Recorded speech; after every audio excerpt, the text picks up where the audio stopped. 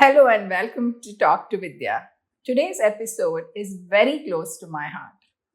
The theme for today is Beyond Fertility Mind, Body, and Menopause. And my guest is my oldest friend since grade 6, Dr. Priya Kalyani. Hi. She's an obstetrician, gynecologist, fertility specialist, menopause expert, and the force behind Familiarize on YouTube as well as Instagram. Welcome, Priya. Hi, Vidya. A pleasure to be here. Thanks for inviting me. Pleasure to have you. And how are you today? I'm fine, recovering from the flu. So we should just give everyone a reminder to take their flu shot so that they don't get the influenza, I think. And since this is the season, so protect yourself. That's an awesome advice. And so it feels surreal, guys, for me to sit across from her today.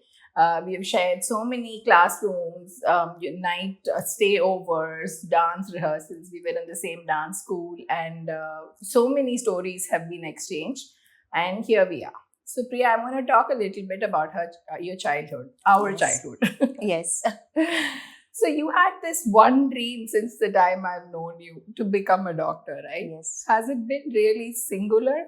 Yes, very singular. I mean, I have never had a plan B, which is what I told my dad when my mom asked me, so if not medicine, if you're not going to score well, what are you going to do? And I didn't have an answer in the 10th grade because for as long as I could remember, it was a given that I was going to do medicine. And maybe it was to a huge extent, I think, influenced by my parents, growing up seeing them and the way they used to take me to the clinic, sit there, and right from the beginning I've seen them interacting with patients, and it was something which gave me a lot of joy. Even from that age I was very sure I wanted to be a doctor. Oh, that's excellent. So you know what, a lot of kids today I find want to do the opposite thing that the parents are doing, Yes. or not doing what the parents are doing. Yes. This generation, they always seem to feel like, just for being different, right? So I Yes. guess we came from the traditional. Yes, and I think it is also to the sense that they feel that there would be comparison, and if the parents have done really well in a field and then the son or daughter doesn't keep up to that standard, I'm sure there's going to be a lot of flack they have to take, and maybe that influences it. And for my own children, Pony was like, my daughter was very sure that she did not want to do medicine. She even refused to take biology in the fear that we would somehow force her to take medicine in the end. She was always a creative person. She's gone into the arts. Now she's doing her MA textile design. And so we have been sure that you do what you want to do and you do it well. So just because we have doctors, we have never thought that we should have someone to hand over the legacy to or something like that. So I think medicine should be attempted only when you have the passion for it, and definitely we should not push someone to do medicine. In those days we had medicine, engineering, only 2 streams. Nothing, we didn't know anything else. Now there are so many things which we had no exposure to and which was not there in those times. So yes, the world has changed, I would say. Definitely. So as an extension to that question, I know the story, but for our viewers, I know that you went to college, medical school, and you met your better half, Ashok. But was that somewhere an internal plan that maybe you thought that a doctor would always make a better companion? I didn't actually really plan it that way. So you know how I was. I'm completely, I have changed drastically since what I was in school. And I think a lot of people would not even recognize me for not the way I look, the way I interact and even talk to anyone. So I was always the nerd with my nose in the books, and books were my best companion. So I didn't plan on falling in love. If you asked me, I would be the last person who would have a love marriage. I would never have even imagined it for myself.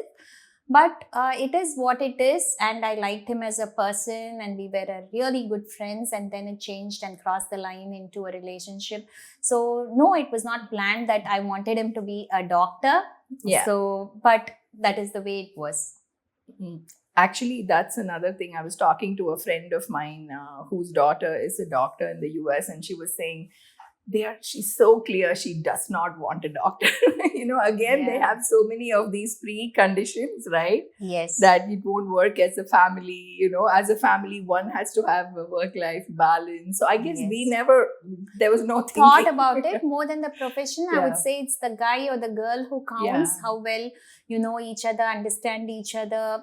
It's always give and take. It has its pros and cons being in the same field as opposed to different fields. Yes, It has both its advantages and disadvantages, but you have to see what works for you. correct.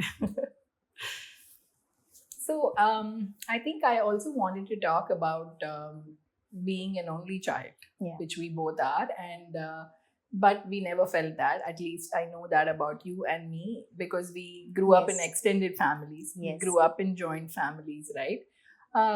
You still somewhat live in a joint family, Yes. right? And me too. I'm kind of here, and I may have multiple, residences, Yes. countries, but I still somewhere, have a lot of connection with the generation +1 and -1. So, do you, as a medical practitioner, see any benefit in that? In being in a joint family? Yeah. Yes, hugely, I would Okay. say, because I know nowadays the trend is more towards nuclear families. Okay. But as you pointed out, we had so much of fun. Though we were only children, we grew up surrounded by so many cousins, and you have never felt alone. You always had company. Someone was always staying with you. And when I got married in Ashok's family, also they are a very close-knit family. Yeah. And Ashok's dad being the eldest, and many sisters and brothers after him, there was always someone staying with us to attend school, to attend college, after marriage initially when they were finding their footing. So we have always been that way. And now both my in-laws, my brother-in-law, sister-in-law, their family and us, we all live together. And I think it works out very well for us. There's always someone in the house, and especially when you're a busy professional, you're out of the house Right. morning till night, knowing that there is someone there always for the children, Yeah. so who can take care. That gives us a lot of confidence, and also it gives us knowing that they are secure makes your life much easier as a working woman. That's wonderful, because in a Western country that would really be something odd, right? For Yeah. like siblings to stay together. I have a lot of friends who's actually, even cousins, live together, and it's just because of the same thing. They need, companionship for the kids, and there's so much of brotherhood and sisterhood when they sit at the dinner table. And I think it's good. Yes, That's how- definitely. Yeah. Because nowadays we don't have many kids like we used to. Yeah. We are not surrounded by cousins. So it always, when someone is there, and everyone has their own level of privacy. It's not as if we are one big family all the Yeah. time doing things, everything together. So we live on separate floors. We have our own level of privacy, and that togetherness is also there. So I think that works best for us. Okay, still on the personal front, I want to talk about your grandmom. I was also very close to my grandmom, and I, of course, lost her, and it was quite unbearable for me.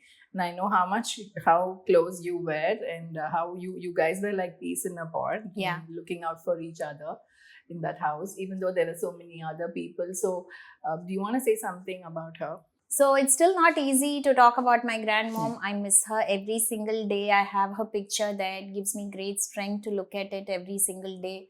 I think she was my strongest champion, I would say, supporting me in whatever I wanted to do. And she's the person who has had the most influence on me in my growing up years. So what I am today is definitely because of her.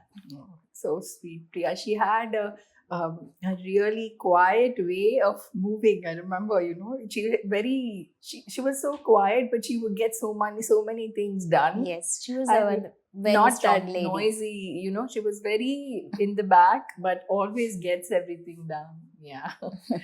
Yeah. So, yeah, let's move on to women's health. Yes. So, in your clinic, you see women at their most vulnerable state. What is the emotional state? The range of emotional state that you normally see during fertility issues? So, yes, it is very important to look at the mental, psychological, and emotional impact of infertility and not just the physical. There are the stress associated with infertility. I would say it's a state of being almost, it's not even a disease. They just feel infertile, they don't feel happy anymore, they don't have any interest in life other than their whole being revolves around wanting to have a child. That becomes their singular focus. And it's not easy being in a society and culture like ours where you are expected to get married and immediately reproduce. Otherwise, there's a lot of blame and shame which is placed on the woman primarily, even if the man was at fault. So, yes, all that definitely adds to a very negative state of mind when they come to us. And when they do not get pregnant immediately, you have to understand fertility is a journey. There is no one treatment which is going to give them immediate success, not even IVF in some cases. So you have to take it slow, you have to have a lot of patience. And it is, I would say, every month it's like being on a roller coaster, emotional roller coaster. So they start the month with a lot of anticipation and hope. And then at the peak, they are just all excited, waiting to see whether over the next 2 weeks they're going to get a pregnant result. Is it going to be a positive result or not? And it is a very different state of feeling anxious, on edge for 2 weeks. And then when the periods start, it all comes crashing down. And then they have to find the strength to pick themselves up and then attempt the next month. So it's a very difficult journey, and it is heartbreaking to see what women have to go through before they actually have one child.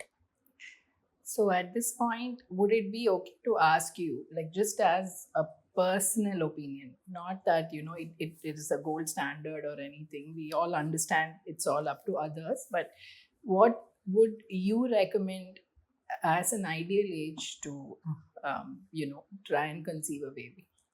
As early as possible, because I do not know what's happening, but because of the change in lifestyle, change in modern times, exposure to plastics, endocrine disruptors, environmental pollution, our own personal lifestyle, everything has contributed to a drastic decrease in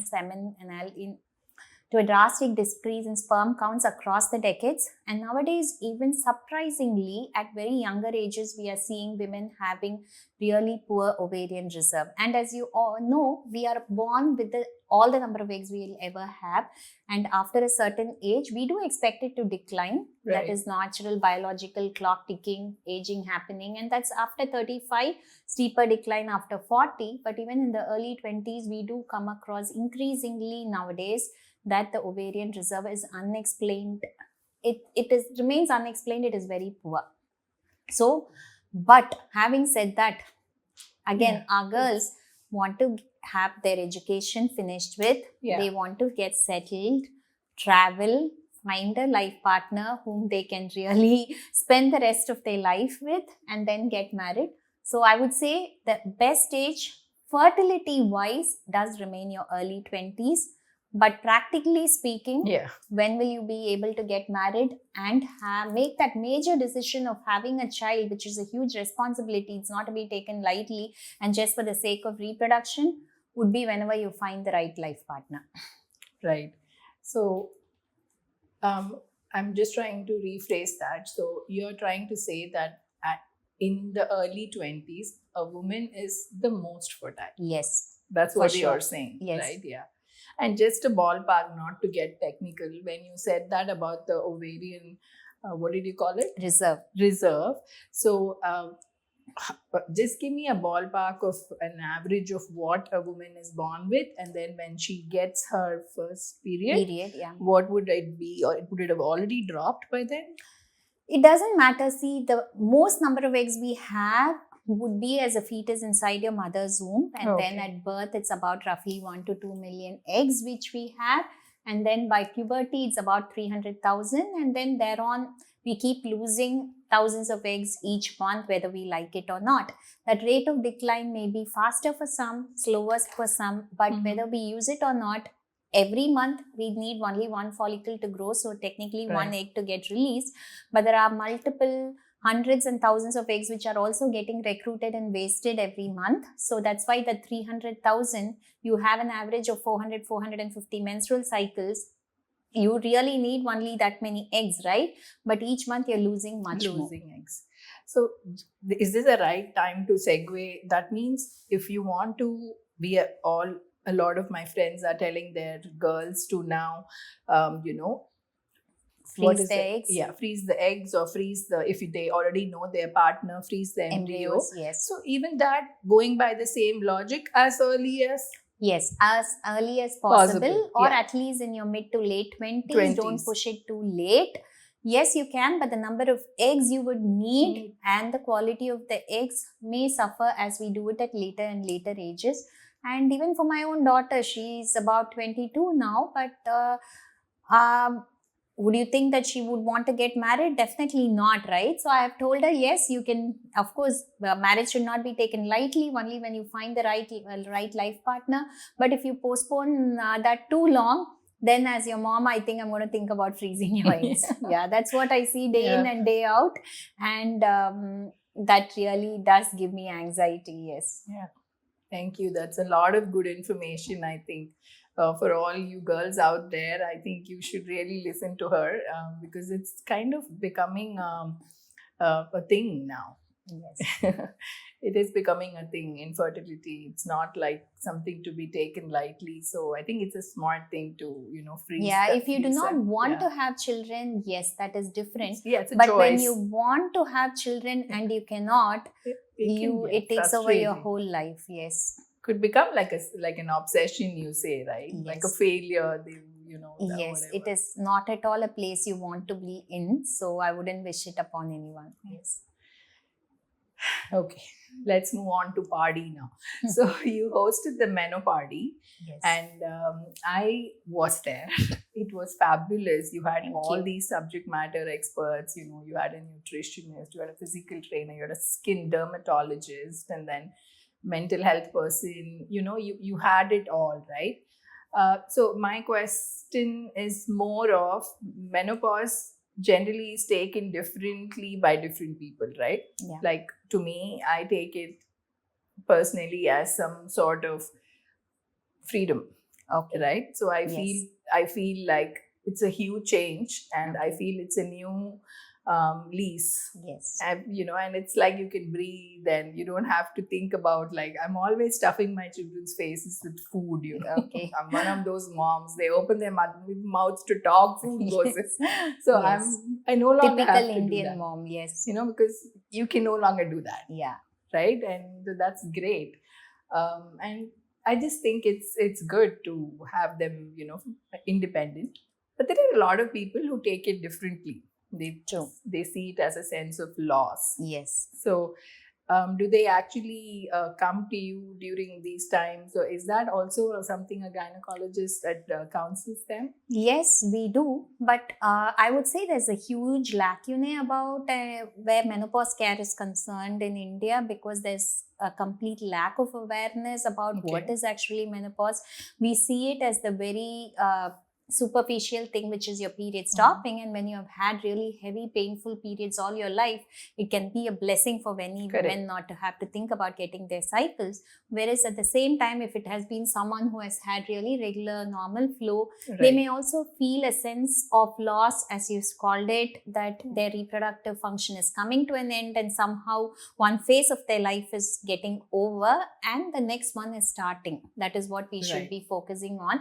And if we are able to take it in a positive sense as not an ending but a new beginning, then attitude counts, mindset counts always for anything and everything. So when we are able to look at it in a positive manner, then even the symptoms associated with it and everything, being educated and aware about it, knowing that it is temporary, what you can do to help yourself, all this makes a huge change in the way you're going to be able to face menopause.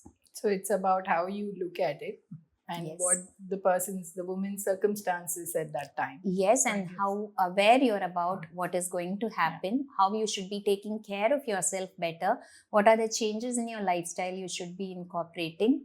So it is everything, and not only something as you can just go to the doctor, get a pill and be done with it.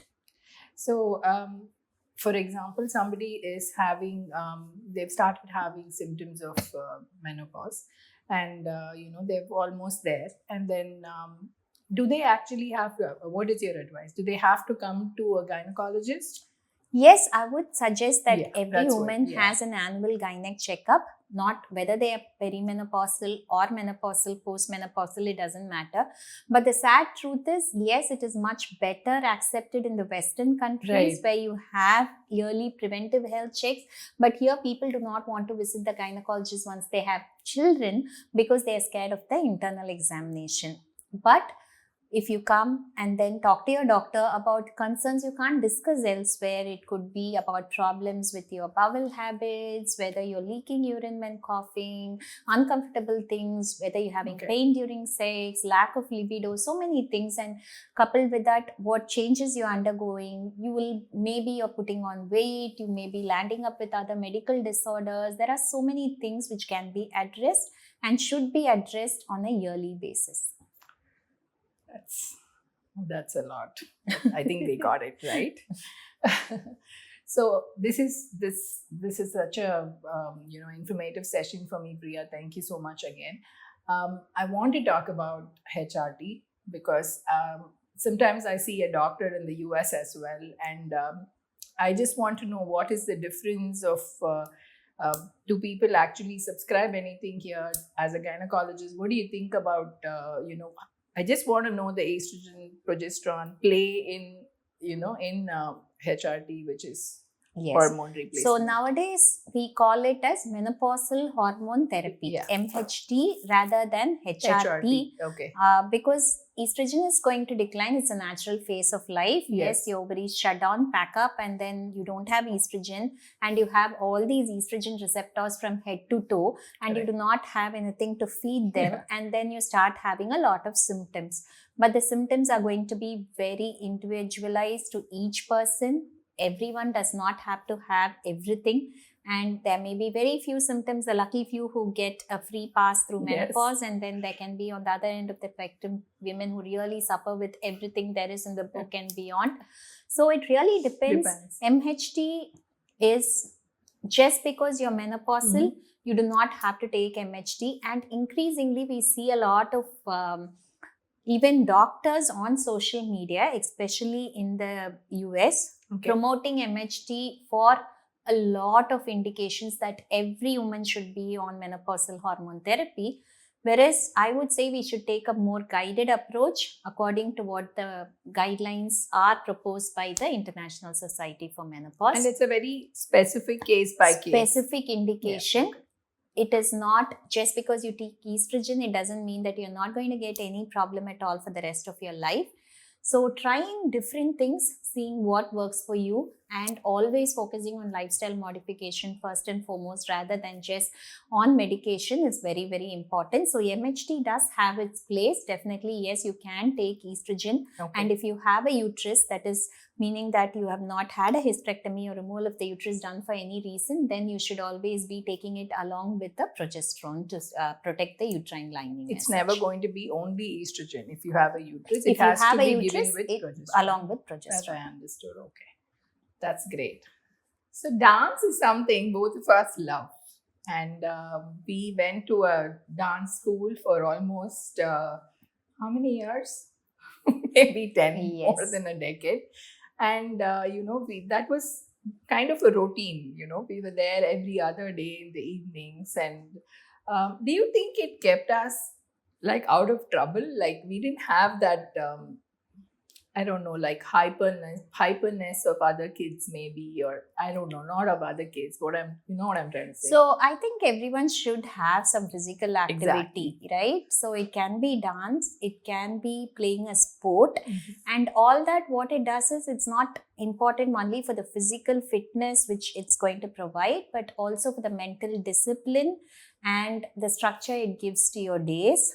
And so I think that is very important, and especially lacking in today's generation. There are a lot of time they're on their digital devices if they're not playing a sport, and even if they play a sport, it's sometimes on the video games, and then they compete through the video games. So physical activity is definitely lacking compared to when we were kids as such.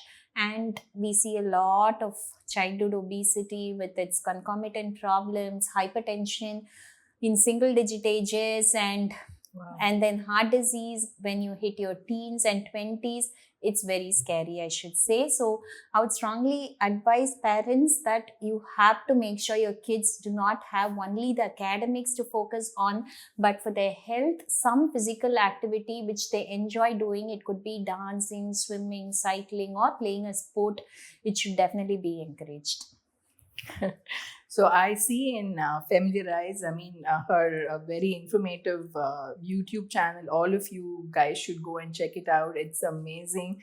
And it also has a lot of movement in it. You kind of, make sure that you just break the monotony by kind of, starting to have some kind of a, what do you call it, a jiggle or whatever. But do you enjoy that even today? Yes, dance is something which gives me a lot of happiness. And more than for the physical aspect of it, the mental high it gives you and brings you out of low spirits is definitely to be something to be experienced, I would say. Even just day before, I was telling Ashok, I was just feeling unusually low for some time, and I said, and every day you are a new person nowadays in this perimenopausal phase. One day you have a lot of energy, one day you don't want to do anything, you feel very sad for no reason. And I was telling him, I think I should just put on the YouTube Zumba and then dance for a couple of songs, and that definitely makes me feel better. It helps. It helps a lot. You're talking to me. I actually I can get depressed, and it really gets me out of my head.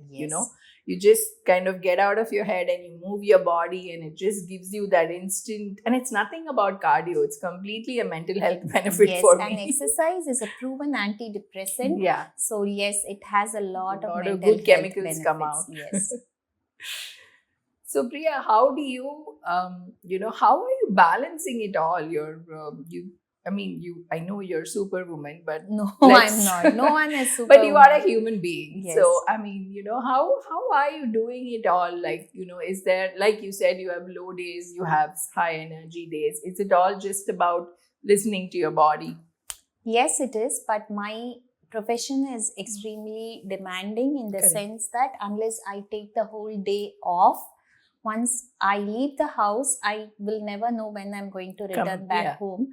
And the day becomes completely open. If I have a patient in labor, my whole day will revolve around how she's going to go, when she's going to progress. So I cannot plan anything. It's always kept very fluid, and I have to take things as they come. So my rule number one is getting exercise done first thing in the morning. It sets the tone for the rest of the day. Unless I've had a late night case and I have not had proper sleep, then I prioritize my sleep first and foremost. Otherwise, getting up, moving, exercise sets me up much better frame of mind to face the rest of the day, I should say. Okay. Next interesting query from me. It's about Gen Z and Gen Alpha, whom we are surrounded. We have Gen Zs at home. So, how do you enjoy their activities, or I'm sure all of us get into conflicts with them, but what is your secret sauce for dealing with them? Yeah. They don't take advice very well, I should say. Yes, as parents, we need to be friendly with our kids, but we are not their friends, because till they get to a certain age and they know what is right and wrong, it is definitely our duty to guide them responsibly. But at the same time, knowing each kid's preferences, mindset, we can give them a certain degree of freedom. For example, Pony has always been very mature for her age. She has got a very level head on her shoulders. So I've never had to worry too much about her. And she's always been much older than her actual age, I should say, and very sensible. So I've been lucky in that sense, and I always try not to tell our kids that this is the way things were when we were young, right? That doesn't work anymore. Times have changed. the world we have living in has completely changed, and I think we should change along with it and not be left behind. So always expecting them to conform to certain things which were the norm when we were younger is not going to really hold well in this today's modern never world. Works. So as long as they stay within certain boundaries and limits and act responsibly, I think we should give them the freedom, and till I think we should give them the freedom. I know, same. I think I do the same thing. There are times when, I'm at my wit's end, but Okay. who isn't, Yes, right? yes. We've all been through that.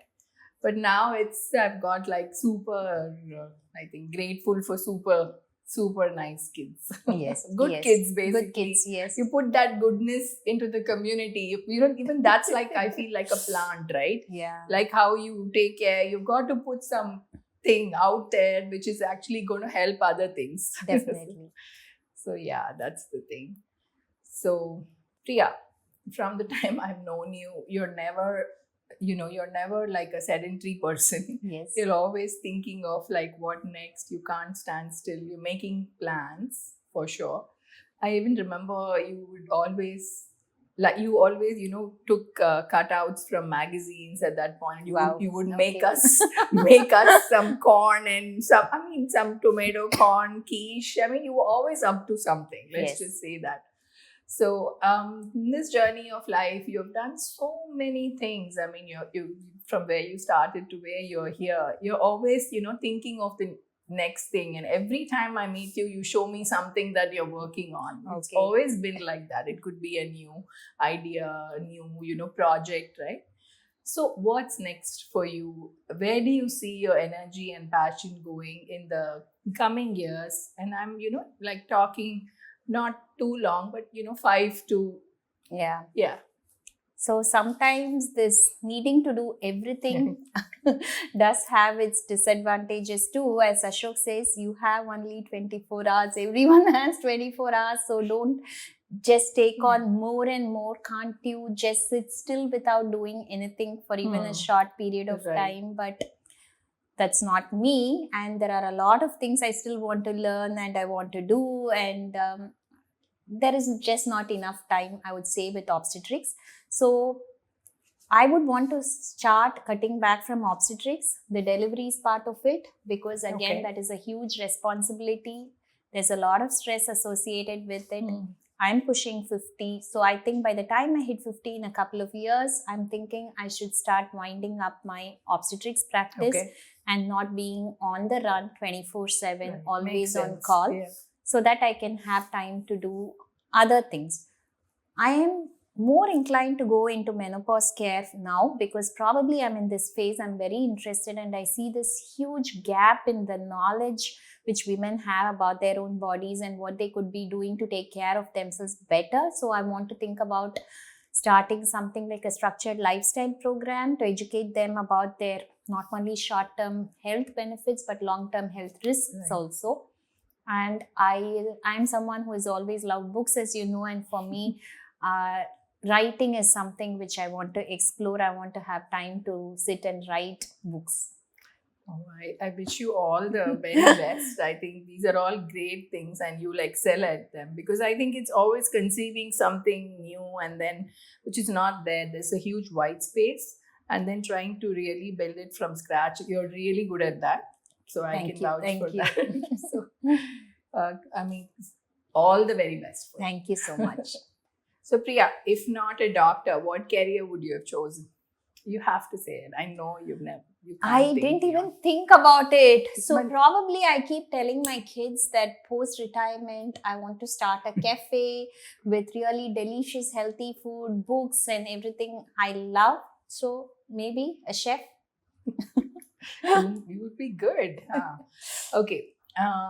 The quirkiest or the most funniest patient question you've received recently.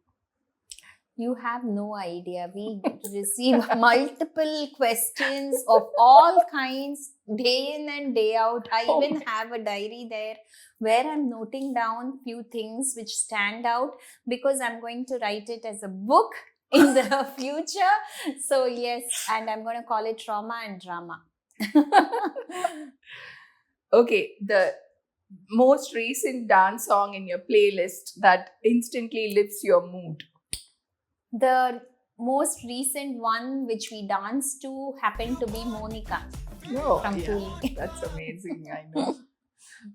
One guilty pleasure Dr. Priya has that you rarely admit to anybody else. Maybe only your family knows or something Yeah, secret. ask Ashok. He will say, "Oh my God, a considerable portion of your earnings goes towards Oraisa, the day spa every day, or not every day. I mean, every week or other week I'm there. You so, like yes, to be pampered. My head massages and pedicures or foot massage are my guilty pleasure, but I think it's worth it. I think it's so cool you admitted that. We all have to admit to that. And then, if your determination was a superhero, what would you call that? Which character? I mean, any, it could be an actor, it could be a Marvel character. I don't think I identify very well with any Marvel character. Like, you We have can that give steely... Energizer Bunny. Maybe you can go with that, though not a superhero. Okay. Or make a new one called as P Cube, I would say. So 3 P's are very important, I would say, which is passion and perseverance, and one more thing, wait panna, நான் மறந்துட்டேன். Very important. Productivity illa. Passion, sorry. So because 3 P's are very important in life, I feel, to really 3 P's, yes. So which is passion. No, third is peace. No, not peace. No. Peace la we won't choose. No. Passion, purpose and perseverance. Okay, perseverance. Priya, Sollu. I'm going to do Tanglish with you now. Okay. Okay. உனக்கு பிடிச்ச sorry in your cupboard என்ன? Like forever, from the time you've ever owned a sari. Oh my God. I know. I have so many saris right now. I can't choose one. It's a good problem. And even I was telling someone the other day, I think saris எனக்கு beat பண்றதுக்கு my all-time favorite garment. So I can't choose one. Okay. It's like asking me to choose between my kids. No. My God. Pony and Sika are going to be mad at you. Okay. அப்புறம் உனக்கு பிடிச்ச book so far that you've ever read?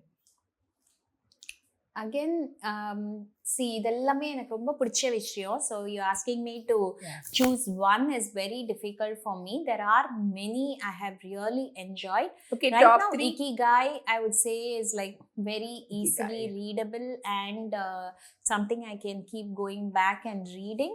So another one which I have just started is The Prophet by Khalil Gibran, and that was suggested to me by Dr. Geeta Arjun, but I have not finished it, but I'm taking my time reading it, even though it is a very small book. And top 3 book வேற என்ன சொல்றது? Do you still go to that library? No, அதெல்லாம் மூடியாச்சு. எப்போ மூடிட்டாங்க எல்லோர்லாம். Now it's all buying and keeping it and building my own library. And lately, I think I have been buying up a lot of books on menopause and lifestyle and whatever I can lay my hands on, basically, and I'm reading up a lot about it. So what would you also like reading? What would be your favorite book? Mine is, I'm very traditional like that. Mine is Gone with the Wind. ரொம்ப பிடிக்கும். We all read it, remember? Yes, I know. Still my comfort thing. Okay, the next question is, இதுதான் எனக்கு தமிழ்ல தெரியாது, but how old do you feel, Priya? Like, everybody says, oh, we are getting older, do you ever feel like that? No, I think seriously it's a cliche, but age is just a number. I do not feel old at all. And I knew this is like what you would say. Yeah, I know, but maybe there's not a number I need to put to it. Yes. So I feel young, and I think I will always feel young as long as I keep doing things I love. Wow, that's good. So உன்னை தெரிஞ்சதுல இருந்து you are very good in keeping long-term relationships. Whether it's friendships, and you've always maintained, it's not like you have 3,000 or 30,000 friends, but acquaintances Yes. maybe, but on the core friends have always, whenever you go or where you catch up with them to that Yeah. place. So is there a tip to give other people, as a lot of people lose people on the way, right? So Yes. how is there a tip? Your friends should carry the same energy, I feel, and again, for you to gel with them, and of course shared experiences long term and the bonding எப்பவுமே இருக்க போகுது. But how do you feel when you're around them? They should make you feel happy. Quality over quantity any day when it comes to close relationships. That's wonderful. I never thought of that, the energy. Yeah, I think that's like a currency everywhere. What really takes. How do they make you feel is very Yeah. important, I think. Okay, this is an interesting one I wrote. So fasting and feasting is big these days, right? Like fast or famine, madri, you live your life. Next day you feast. So it's like either that or then fasting for like too many hours. நீ ஏதாவது அந்த மாதிரி பண்றியா?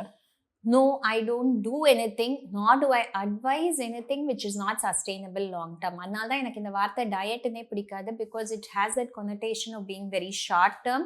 So changes like even watching what you eat, being well balanced, sleeping well and exercising, இதெல்லாம் life long பண்ண வேண்டியது.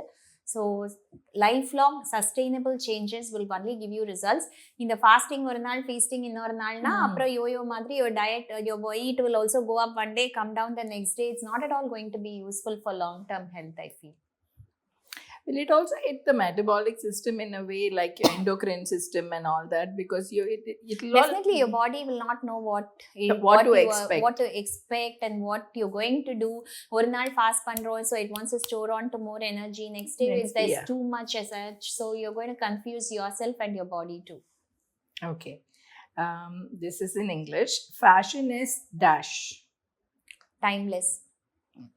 Okay, that's good.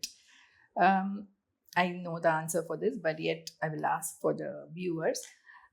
Unnோட favorite cricketer yaru? MSD. Okay. Okay. Okay, it's an interesting one I wrote. I was actually reading a book where this was there. So Priya, I always find you very... கேட்கணுமா இல்ல cricket கேட்டாலும் எனக்கு ரொம்ப confusion. இப்போ RCB, there are too many people. அதெல்லாம் வேற பார்க்கணுமா இப்போ? அதான் இத நான் ஆட் பண்ணிட்டேன். அதான் சொல்றேன்.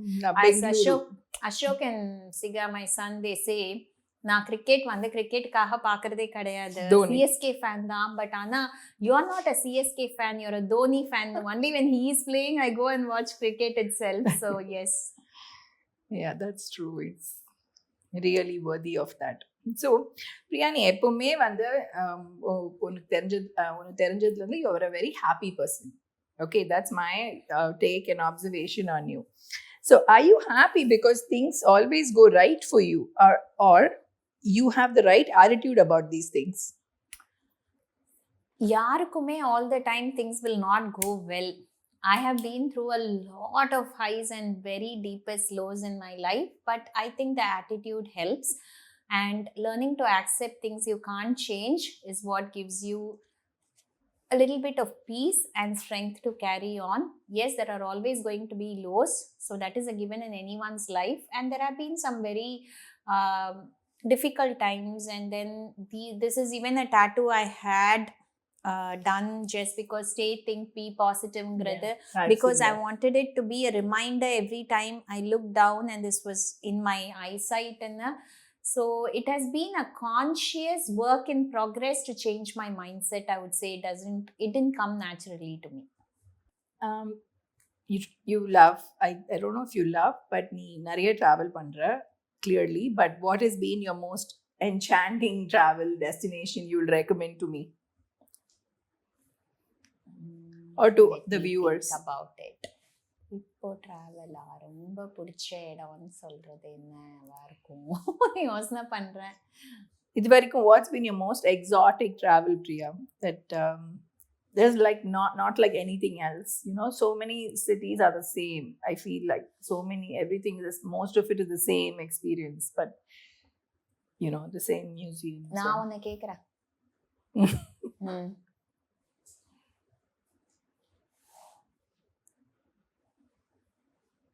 I need to think. I don't know actually. டக்குன்னு சொல்லிட்டு எதுவும் ஞாபகம் வரல, which I can just choose and tell you.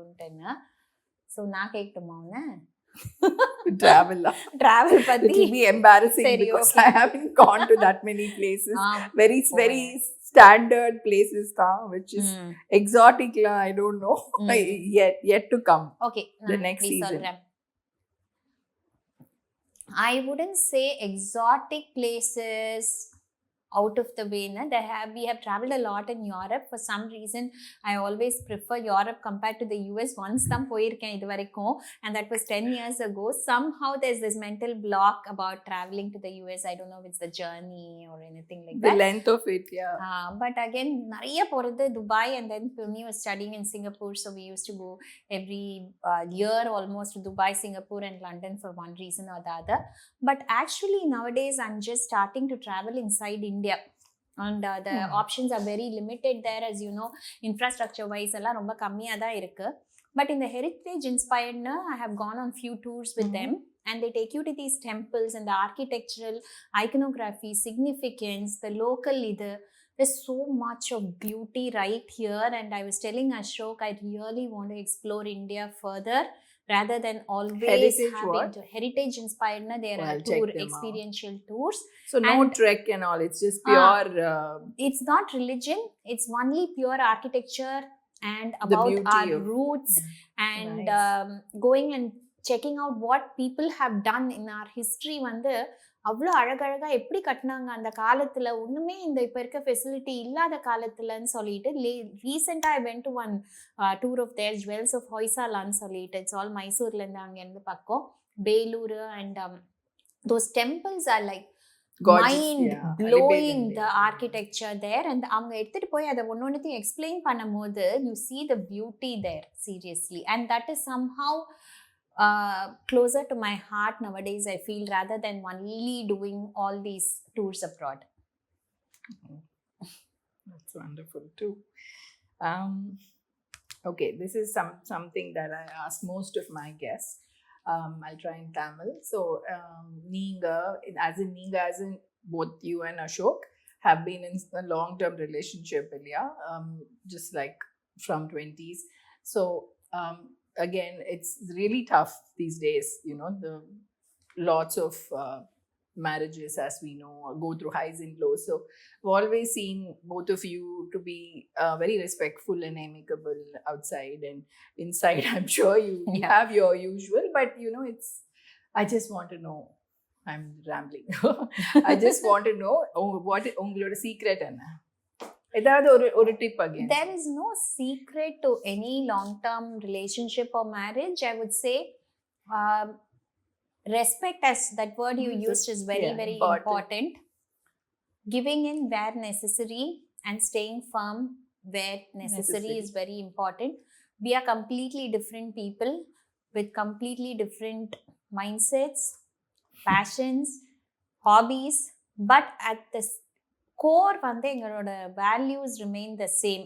What we want, what we will not budge upon, the core values, we are so much in sync, and we give each other the space to do things we like and then do certain things which we like together, and I think that space is very important for any relationship. This is very good. It's like up there with all my other things. Okay, almost enduk vandachu. This is a fun one. What is, you have to say your favorite Chennai slang?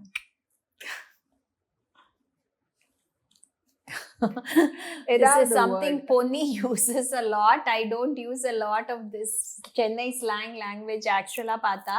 ஆனா ஏதாவது ஒண்ணுன்னா நாங்களே சொல்வோம், கேவலமா இருக்கு அப்படின்ட்டு. She is very forthright. So that is also a Chennai slang, I think, and that reminds me of her a lot.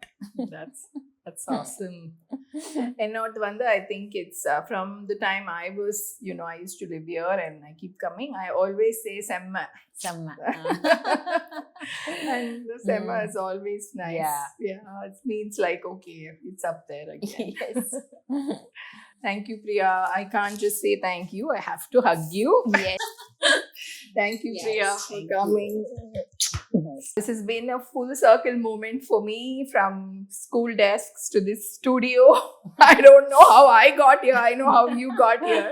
So I'm so proud of the doctor and the human being that you've become. So for everyone listening, remember, fertility, menopause, and any kind of, gynecological transitions, they're not just events, medical events. You have to take care of yourself. They're journeys.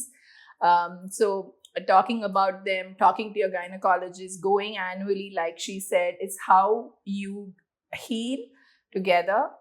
Please follow Dr. Priya Kalyani on Instagram at drpriyakalyani.official. Check out her YouTube channel, Familiarize, for insights on women's health. Yeah. This was Talk to Vidya. Until next time, stay mindful, stay well.